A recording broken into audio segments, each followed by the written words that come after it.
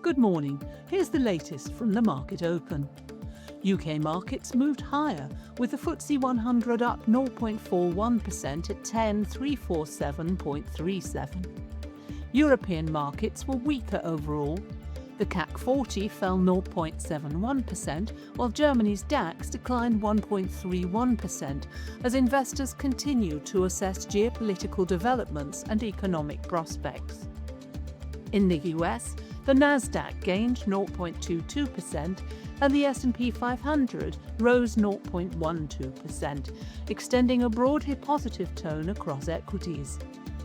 In company news, advertising group S4 Capital announced further workforce reductions as it navigates difficult market conditions. Meanwhile, financial trading platform operator CMC Markets raised its FY27 outlook after reporting a 20% rise in annual profit. Against sterling, the US dollar strengthened slightly, while the euro, Swiss franc and Japanese yen weakened.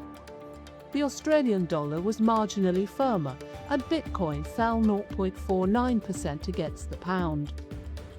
In commodities, copper eased, gold gained 0.73%, Brent crude softened, and natural gas moved lower. That's your market open. I'm Fiona Craig. Have a great day.